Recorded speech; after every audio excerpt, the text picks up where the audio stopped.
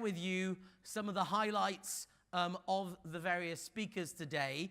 But equally, I just also thought I would share with you some of my observations. You can agree or disagree. But obviously, we heard a lot about die today. My tagline, I think Michael's tagline was change or die. My tagline has been innovate or die. And I think we are now at a tipping point. And I think one of the questions that I get asked a lot is, well, how much disruption are we going to see? We heard from my good friend Pascal, who very clearly told us that sourcing is dead. Disruption is here already, ladies and gentlemen. And the speed of change, I have to tell you, we are going to see a huge speed of change. I also want to just share this little building. It's called the Innovation Tower, and it's at Polytechnic University, PolyU. And for 18 months, I was sitting on the top floor of Innovation Tower. That was my prison every weekend, Friday, Saturday, Sunday. I was doing an executive master's in innovation leadership, and it was with professors from all around the world, 28 different professors, course directors from Tel Aviv University. There were several professors from Tel Aviv University, but I think a key message is, why did I do that? Because I'm an old guy now, right? I'm not a young millennial, maybe post-millennial, okay? But I did it because sometimes we have to change. We have to unlearn some of the old things. We have to learn, and then we have to relearn. And I'm glad to say that there's me. People will know I love to take a selfie. And that was me very relieved, very, very relieved that I finished my executive master's and I graduated back in November 2017. Whew, very, very happy. Thank you, thank you. But I think the key message for all of us is that, and I think a key message from the poll is that we have to upskill. We have to develop our people. We equally have to develop ourselves. And I think that's a key message. I'm also a glutton for punishment because I have been accepted to do a course at MIT on innovation leadership, and that's going to be kicking off later next month. So lots of exciting things, but again, a key message for all of us is that we absolutely need to upskill, relearn, and learn a lot of these new things. And what are the trends that we need to understand? I think a key message for all of us is that we can no longer stick our heads in the sand. We absolutely have to make sure that we're able to understand what is going on with Industry 4.0, what's happening with smart cities, what is happening with robotics automation, what's the impact of blockchain on my business, what is going on with sensors and sensory devices, what's the impact of drones, machine learning, and all of the above. And also, we've got to be aware of all the new tech trends that we're seeing, and of course, they are already changing everything in sourcing. Now, don't worry, I'm going to share all these slides with you, so you'll be able to use them and share them as well. Also, how are we going to innovate? That's another good question. A couple of weeks, or not, about a month ago, I met up with some very interesting startup companies from Silicon Valley who are already working on this spider silk technology. And looking at how they can mass produce this spider silk technology into garment making as well.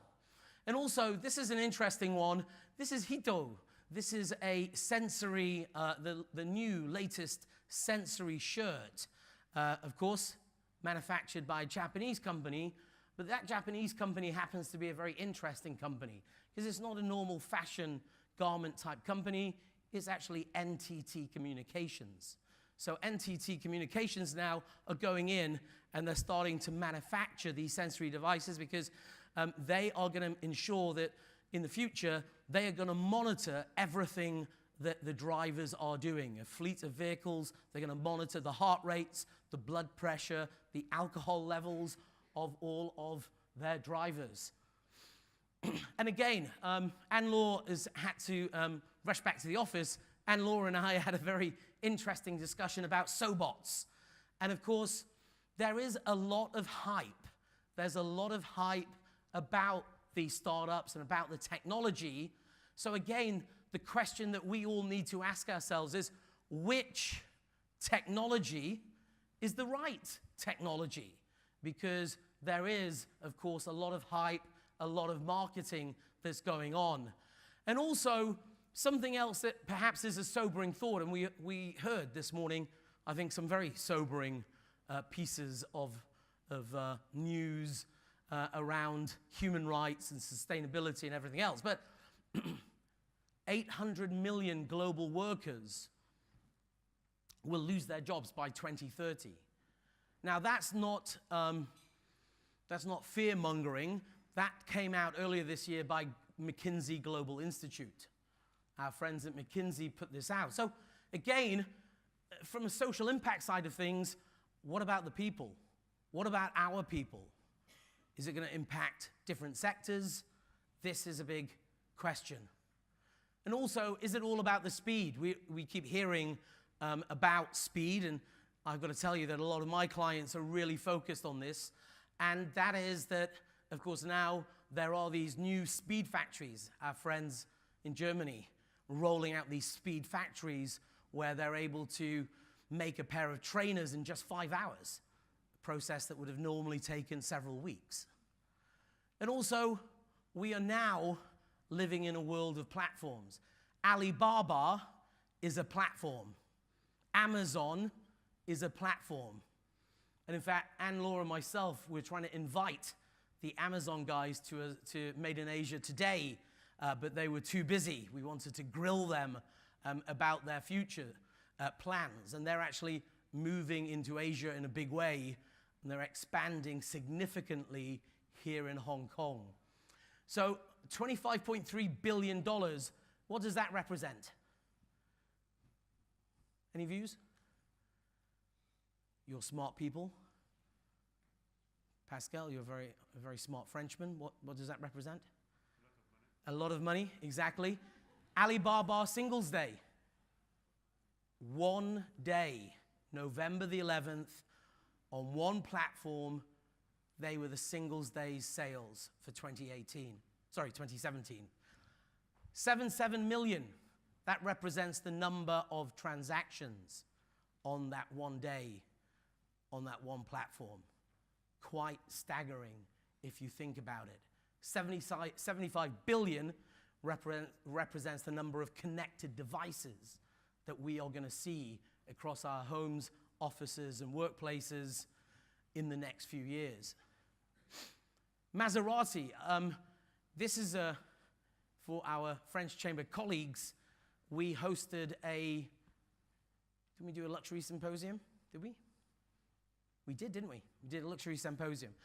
When we did the luxury symposium, we invited the GM of Maserati. And obviously that's a Maserati car. But just to put things into context here, there's a movie called Gone in 60 Seconds. The interesting thing here is the technology. Amory, the GM of Maserati, was saying, Anson, we created a VR, a virtual reality showroom. People could go in, check out the showroom, check out the products, check out the cars, the interior, the exterior, and they decided they would put 100 Maseratis onto Tmall to sell on Singles Day. They sold 100 Maseratis in 18 seconds. So again, online. Michael Moriarty talked about onliners here. There's a big conversation about what are we doing about online. And also drones. Just very quickly, this is a new area of business that I see as well. We're dealing with new drone companies. There's a bunch of them in South China.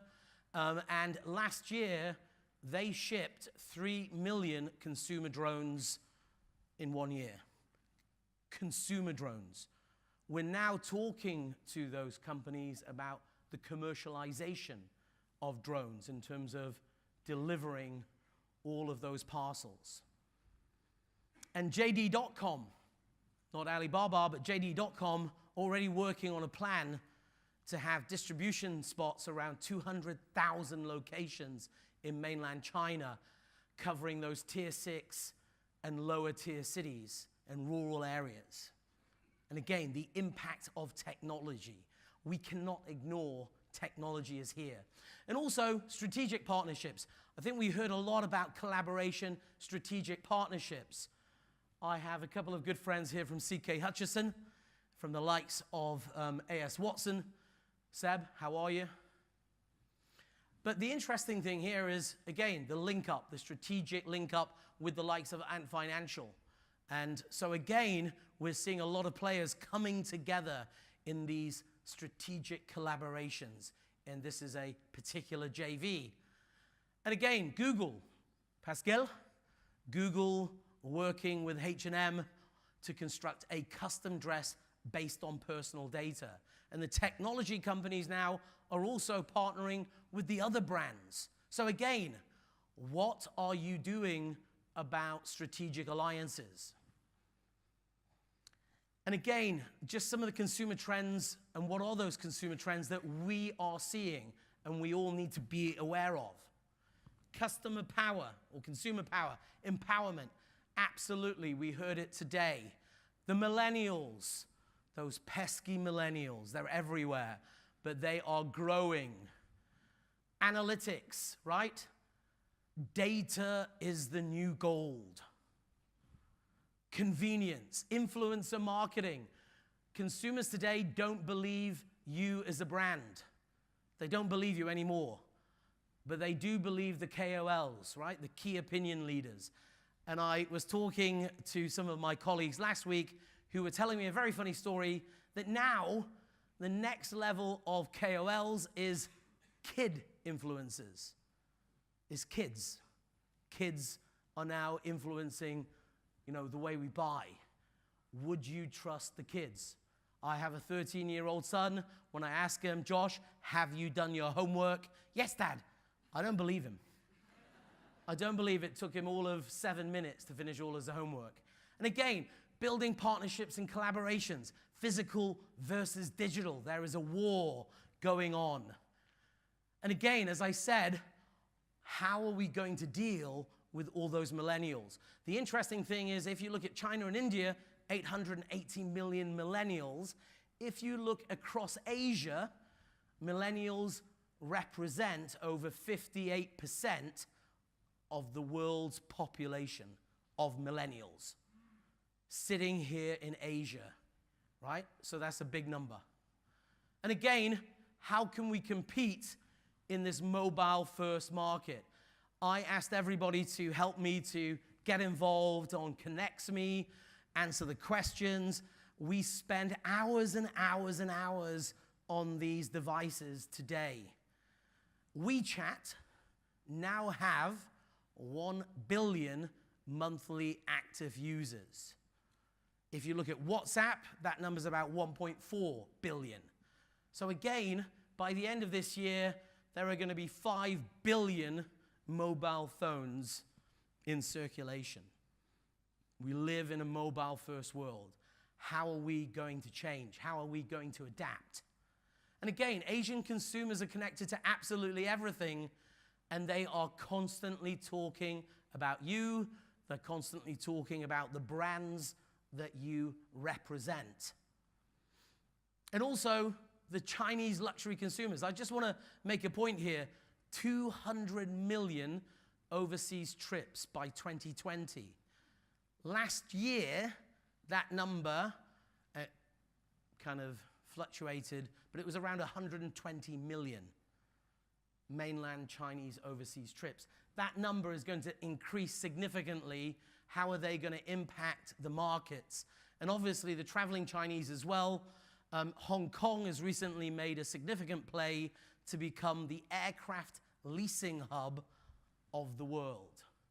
Because look at the number of planes that China are going to need over the next decade. So again, there are a lot of things that we see in the market. And this is also, this is my wow slide. Well, you're supposed to go, wow. But retail dismissed Amazon. Last year, 6,500 retail outlets closed down in the US alone. 6,500 retail outlets. So how have we got to rethink our strategies? Have we got to change and do things differently? And again, Amazon Go. Has anyone seen the Amazon Go video? Have you been on YouTube yet? People have seen the Amazon Go. Of course, what's interesting is that it's all about that technology, facial recognition. It's about the use of your mobile phone as the cash register. You walk in, right? You walk into the store, you pick up the item, you put it in your bag, and you leave the store. That's it. Now, obviously, I'm from the UK, I'm from Manchester. Where I'm from, that's called shoplifting. But today, technology, we simply can walk in. Now, what's always very interesting, I've got lots of American friends, like Lynn, and a number of other people. But the interesting thing here, I always talk to my colleagues in the US, and they say, yeah, Anson, this technology is amazing. I'm like, yes, you have lots of amazing technology.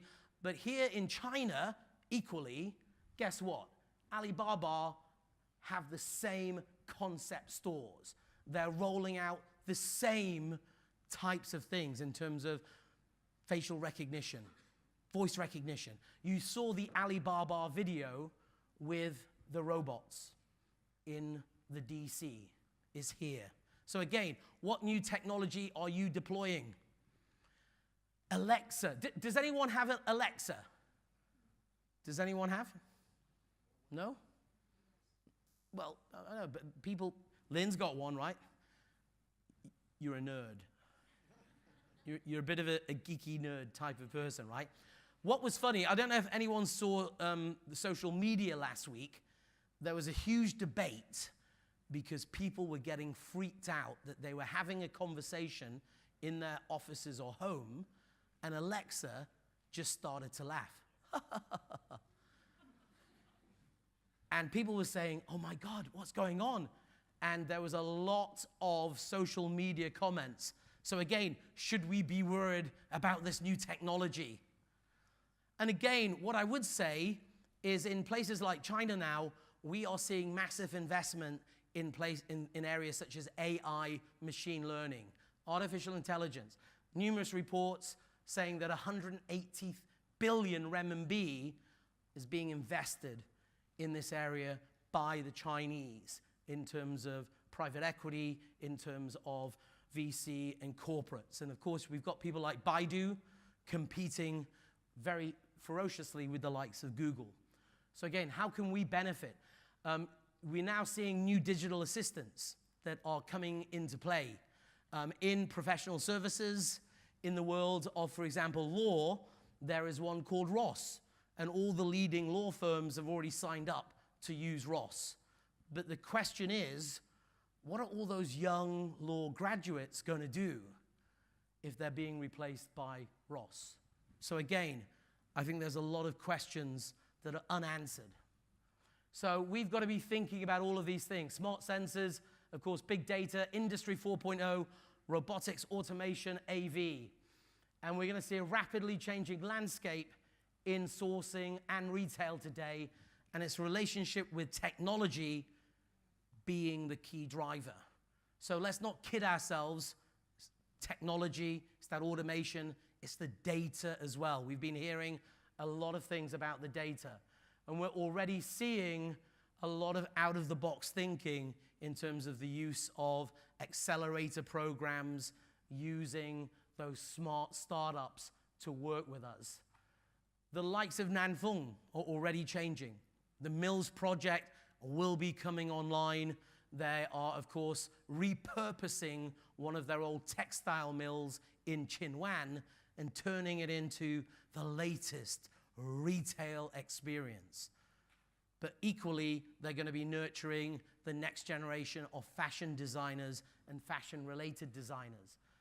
And again, Shenzhen, I don't need to tell any of you because we spend a lot of time, all of us, in places like Shenzhen, where Shenzhen is already overtaking Hong Kong as a major hub.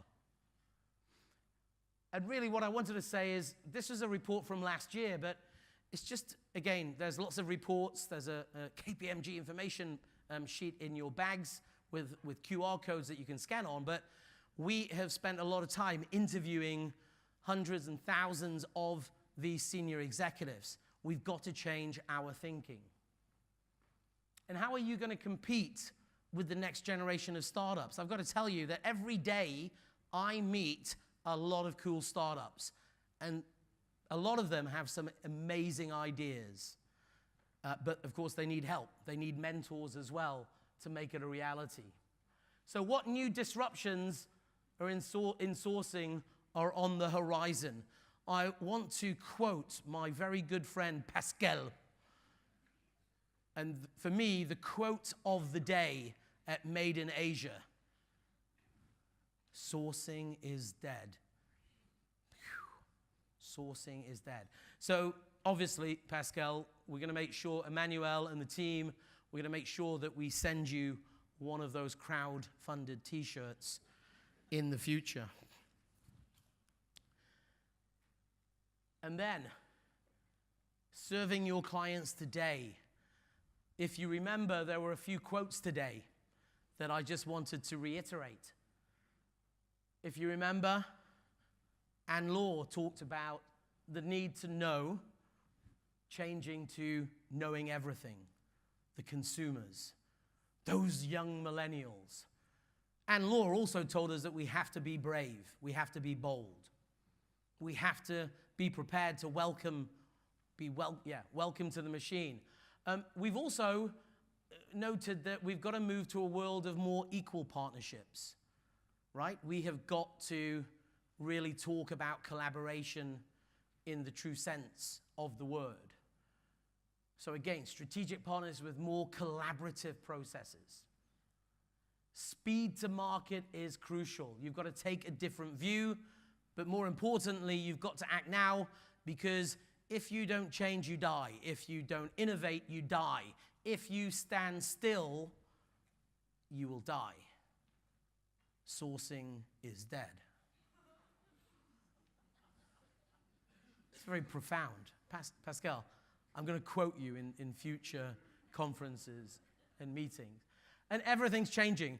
My one salesy slide today is just to say that even for us, we're now having a lot of conversations about data. We're having a lot of conversations about, we've built these massive data lakes. What are we going to do with all this data? How can we slice it and dice it? We're having a lot of conversations about the customer experience. We're doing a lot of work in areas such as ethical supply chains and sourcing. And also here today, of course, I'm an old guy, but I have got a couple of young millennials with me. Christiana, are you here? Seb. How about Seb? Christiana, can you just stand up? So ladies and gentlemen, Christiana and Seb, they are the future. I am molding them into mini-me's. So in the future, it won't be me, it'll be Seb or Christiana talking to you about all these cool subjects. And I just want to quote another great American philosopher, not President Trump, but Mike Tyson, that famous American philosopher, similar to that other great American philosopher, Mr. Donald Trump, said, everyone has a plan until they are punched in the face. And my comments to all of us is, be prepared, because we are going to get punched in the face. It's happening. Sourcing is dead. I'm going to keep repeating that, Pascal. Now, just very quickly, just before we go, and we're going into cocktails, so please stay. No point going back to the office. So just stick around. But I made lots of notes today. I'm going to pass them to Kiran. We're going to share all of the comments and the notes. But a few things I wanted to share with you right now. My good friend Anne Law talked about today being the World Consumer Rights Day. And that's going to be interesting because in China tonight, there are going to be some big programs on the likes of CCTV, and they're going to be talking about you. They're going to be talking about all of us as brands, and they're going to give us their view if you're doing a good job or a bad job. But equally, Anne Law said in her comments this morning, the consumer really is driving our decisions. Consumer empowerment.